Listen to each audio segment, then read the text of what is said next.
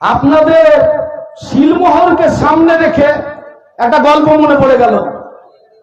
আলীবর্দী খাঁর সাথে east India company চুক্তি করেছিল ট্যাক্স আদায়ে, আর সেই ট্যাক্স আদায় তোমার আমার পূর্বপুরুষের কাছে ইস্ট ইন্ডিয়া কোম্পানি অনেক জোরপূর্বক করতে লাগলো।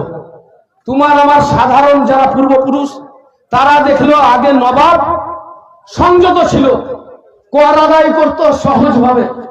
আজ নবাব জালিম হয়ে গেল, জোরপূর্বক ভাবে কর আদায় করছে।